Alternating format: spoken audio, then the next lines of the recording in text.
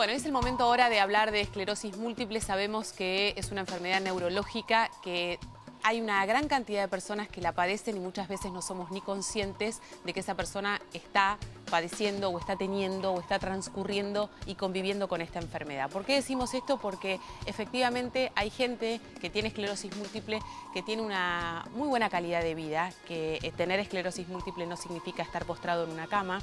Y esto es lo que tenemos que revalorizar.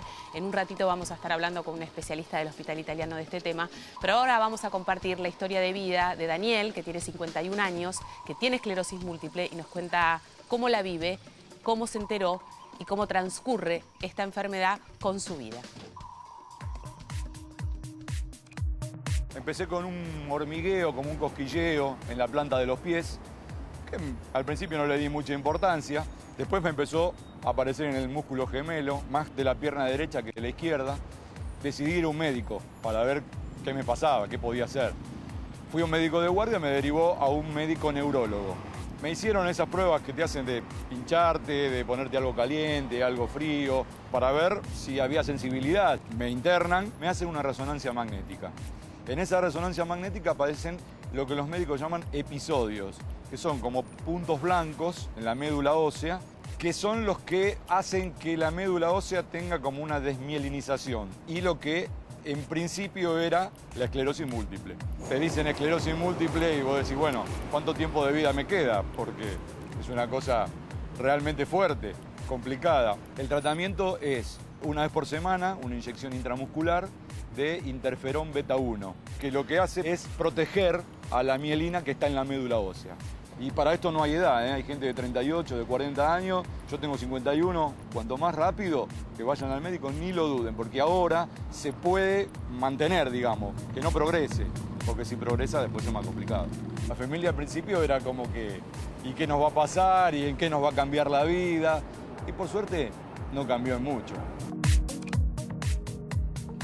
Bueno, y eso es la gran pregunta que tenemos todos los seres humanos cuando se nos diagnostica alguna enfermedad que en general nos asusta porque tiene un nombre de peso.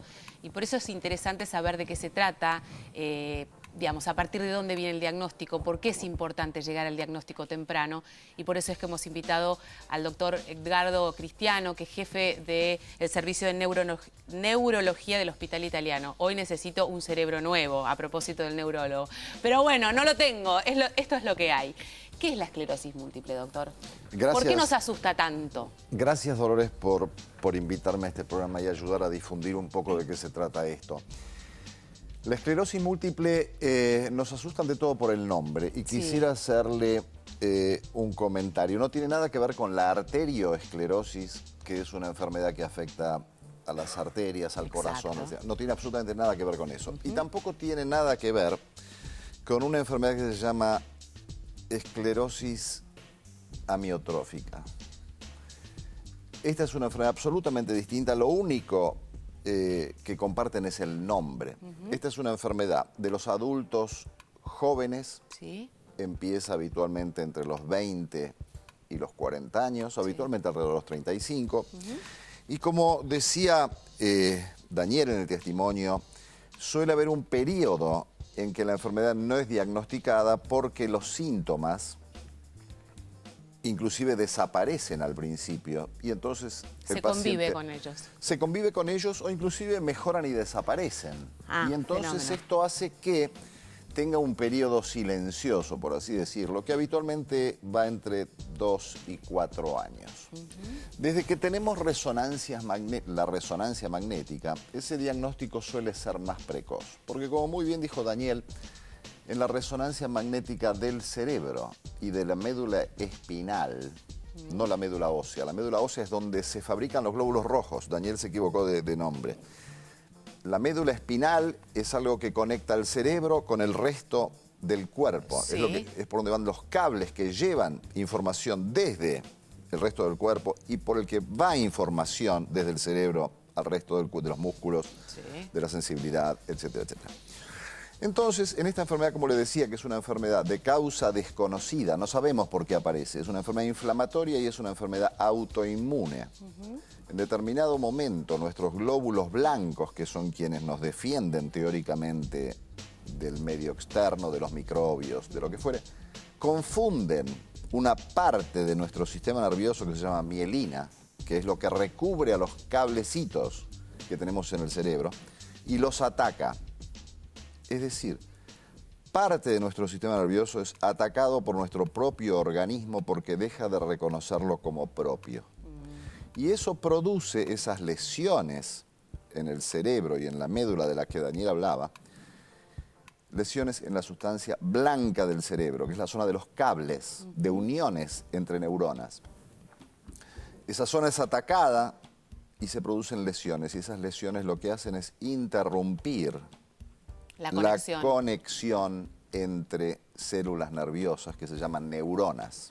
Y disculpe si voy un poco rápido con esto. No, está perfecto. Hasta ahora estamos entendiendo. Bien, entonces, en función de del lugar de esas lesiones o de los circuitos que se interrumpen, es que se producen determinados síntomas. O sea que los síntomas pueden variar de acuerdo a cada persona por la lesión que tenga. Los síntomas varían absolutamente de persona a persona, y eso hace que muchas veces el paciente no sepa a qué se deben. Inclusive los médicos no saben al principio a qué se deben, y usted, como sabe muy bien, en este país la mayor parte de las cosas se atribuyen al estrés, cuando en realidad tienen otra causa. Los síntomas más comunes son hormigueos en una pierna, en un brazo, adormecimientos de partes del cuerpo, dificultades para caminar, dificultades en el equilibrio, falta de fuerzas, visión doble, pérdida de la visión en un ojo. Y como le decía al principio, esos síntomas, al principio de la enfermedad, suelen durar 1 o 2 meses y desaparecen porque el cerebro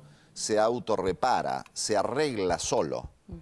A medida que la enfermedad avanza, ese poder de regenerarse o de repararse disminuye, y estas secuelas empiezan a quedar, y a lo largo del tiempo los pacientes pueden tener acumulación de estas secuelas y por lo tanto discapacidad.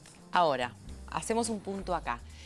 ¿Esto es una enfermedad degenerativa? ¿A lo largo del tiempo va necesariamente empeorando? Y esto, si es así, ¿por qué nos conviene enterarnos antes? ¿Por qué nos conviene llegar a ese diagnóstico precoz?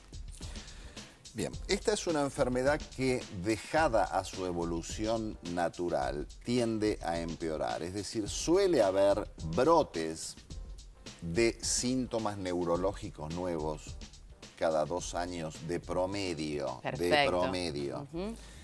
Y suele haber nuevas lesiones en la resonancia magnética, más frecuentes inclusive que los síntomas clínicos. Con esto quiero decirle que si yo le hago una resonancia cada 3 meses, es probable que vea una manchita nueva, de las que inclusive muchas desaparecen en la siguiente. Pero el concepto es de que es una enfermedad en general activa. Y por lo tanto, la detección precoz, como muy bien usted dice, Dolores, es importante, porque es muy distinto empezar un tratamiento muy temprano en la enfermedad que empezarlo después de 10 o 20 años de evolución. Nos va a hacer la diferencia en la calidad de vida del paciente. Nos va a hacer una tremenda diferencia, porque lo que hay que evitar es justamente la acumulación de estas lesiones y la muerte de neuronas. Entonces, hemos comprobado ya desde hace unos cuantos años que iniciar un tratamiento muy temprano y cuando la persona está muy bien, es mucho mejor que empezar el tratamiento tarde y cuando la persona ya tiene secuelas. En los últimos años, además, ha crecido el número de opciones de tratamiento. Hasta hace unos años teníamos 2 o 3 cosas para darle a estos pacientes. Hoy ha aumentado esa posibilidad. Aumentó esa posibilidad, son muchos más los medicamentos.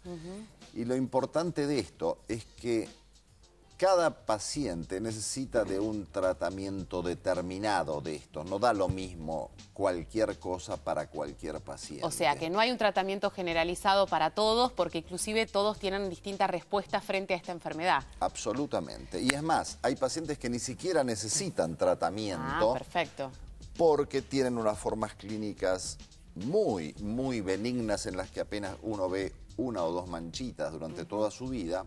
Y por otro lado hay pacientes que han pasado ya la etapa en que estos tratamientos son útiles y que lo único que hacen estos medicamentos es darle efectos adversos sin ningún beneficio. Doctor Sniek, escuchamos. Doctor Cristiano, leí que hay zonas en el mundo que tienen mayor incidencia de esclerosis múltiple. Entonces, cuando uno se muda a esas zonas, ¿adquiere la mayor incidencia? ¿Corre más peligro de tener esta enfermedad? Y de acuerdo a la edad en que se mude, ¿también es así? Mire, lo que usted dice tiene mucha razón en un sentido. Primero, esta enfermedad es 10 veces más frecuente en el hemisferio norte que en el hemisferio sur. Con esto quiero decirle que en Estados Unidos, en Canadá y en el norte de Estados Unidos hay 200 afectados por cada 100.000 habitantes. Desde San Pablo hasta Ushuaia, al menos, o sea, en el hemisferio sur y en América, el número ese es de 20 por cada 100.000, o sea, 10 veces menos. No sabemos la causa, lo que sí sabemos es que intervienen, como en la mayor parte de las enfermedades, dos cosas. Los genes, por un lado, la predisposición genética y el ambiente. Al decir predisposición genética, de ninguna manera quiero decir que es una enfermedad hereditaria, y esto es muy importante, porque esto es una fuente de angustia en los pacientes con esclerosis múltiple. Esta enfermedad no es de ninguna manera hereditaria. Lo que quiero decir es que en esclerosis múltiple sí hay ciertos genes que predisponen a padecerla, como en cualquier otra enfermedad, la hipertensión arterial, el asma, la mayor parte de las enfermedades tienen una carga o una susceptibilidad genética. Y también hay factores en el ambiente que no sabemos lamentablemente cuáles son, porque si no sería mucho más fácil prevenirla. Claro.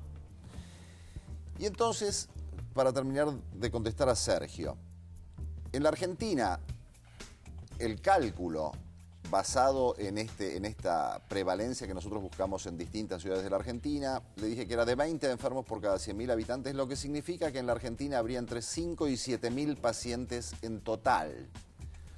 No es un problema sanitario grave, hay problemas sanitarios mucho más graves. Por supuesto. Pero como es una enfermedad potencialmente discapacitante que afecta al joven en plena edad productiva, imagínense una persona de 25 años, acaba de recibirse, está por casarse, empieza a trabajar, empieza su vida productiva y es afectado por una enfermedad que ya desde el punto de vista psicológico cambia su perspectiva de vida. Claro, puede generarle discapacidad. Y además puede generarle discapacidad a largo plazo. Por lo tanto, la repercusión personal, económica, social, psicológica, etcétera, que tiene esta enfermedad es enorme, y por eso es muy importante que estos pacientes sean aconsejados, acompañados y que entiendan de qué se trata, porque no hay cosa peor, creo yo, que la incertidumbre cuando uno está enfermo, que es Sin un lugar a motivo dudas. de mayor angustia. De angustia tremenda. Y acá siempre decimos que esto no importa si afecta a una gran cantidad de población o a una población pequeña. Lo importante es que aunque afecte a una persona, esta persona está viviendo esto como un todo, y por ende nos debe de importar, y por ende nos debe de ocupar, y por ende debemos encontrar el espacio para poder brindar la mayor cantidad de información posible, de la buena, que les pueda servir a esta persona para llegar a un diagnóstico precoz, como decía el doctor, que es fundamental y mejora sustancialmente la calidad de vida y el desarrollo de la enfermedad en la persona, y el saber simplemente poder reconocer ciertos signos que me hacen llevar una consulta, que es lo fundamental. Exactamente, por eso es que yo, para dar un consejo final, diría, en una persona joven que pierde la visión de un ojo, que ve doble, que tiene síntomas, o sea, hormigueos, o que se le duerme una pierna, o que le falta fuerzas, que consulte a un médico, y que además tenga en cuenta que en este momento en la Argentina, afortunadamente, hay centros que se dedican a la atención específica de estos pacientes. Perfecto. Dada la complejidad que esta enfermedad adquirió últimamente por todas las cosas nuevas que sabemos, hay centros que se especializan en la detección, en el diagnóstico exacto, en el tratamiento exacto, en el tratamiento de rehabilitación, que es otra cosa importante en la que no hablamos, donde es muy importante todo lo que el paciente debe hacer desde lo físico para recuperar las funciones perdidas. Y por eso el concepto es de que hay centros de esclerosis múltiple, por suerte, en la Argentina, no solo en Capital, sino distribuidos en todo el país, donde estos pacientes van a ser atendidos en forma óptima. Claro, y derivados si son necesarios, ¿no? Obviamente. Gracias, doctora, ha sido un placer. Hemos entendido un poquito más. Gracias, Dolores, de a esta usted. enfermedad tan compleja y que parece que siempre pensamos en lo neurológico como algo inabordable. Por suerte existen médicos que pueden abordarle y cada vez entienden más de qué se trata. Hacemos una pequeña pausa, ya estamos de vuelta. Cosa puedo hacer si no olvido, moriré y otro crimen quedará, otro crimen quedará sin resolver.